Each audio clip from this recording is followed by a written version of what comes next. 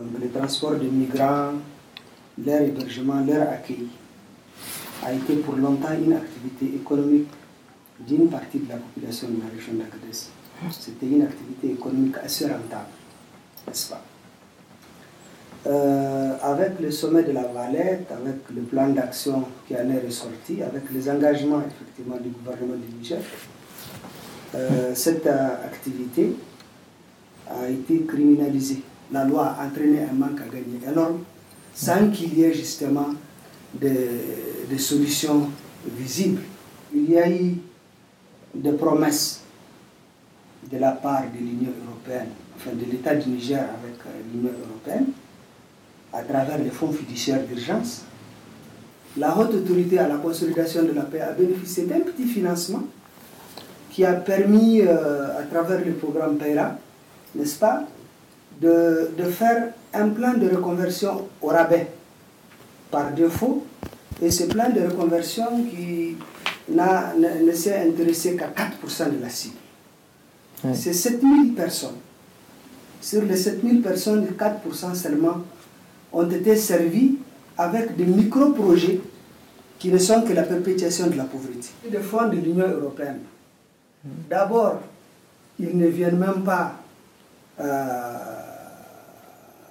à 50% de ce que la région a perdu en termes de recettes au niveau du transport des migrants, n'est-ce pas? Et quand bien même, effectivement, il y a des fonds qui sont dédiés à cela, ils sont noyés dans des procédures de fonctionnement, dans des surcharges, des charges de fonctionnement qui ne permettent pas à la population d'en bénéficier. En réalité, les fonds fiduciaires d'urgence ont plutôt servi, n'est-ce pas, à créer cette loi qui est contre les populations du Niger. Cette loi ne sert pas les intérêts du Niger, elle ne sert pas les intérêts des populations du Niger.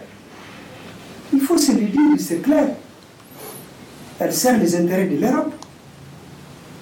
Nous, les migrants, je vous l'avais dit, ils ne nous posent aucun problème. Nous, on est dans l'espace CEDEAO, c'est la libre circulation des personnes et des biens. Nous sommes victimes de l'Union européenne. Ça il faut que les Européens le sachent. Expliquez-moi. En réalité, nous, les migrants, ne nous causent aucun problème. Ils viennent, ils donnent l'argent, on les transporte. Ils vont à Libye, et de l'autre côté, on ne sait pas ce qui se passe. Nous, on les transporte, on ne fait que les transporter. Mais vous savez ce qui se passe en Libye? Ce qui s'est passé à Libye avant, ce sont les Européens eux-mêmes qui ont démantelé, qui ont créé le désordre en Libye.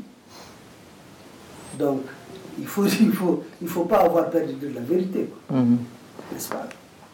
Donc, nous aujourd'hui, on est là, on est le gouffre des demandeurs d'asile, des réfugiés, des migrants, des refoulés.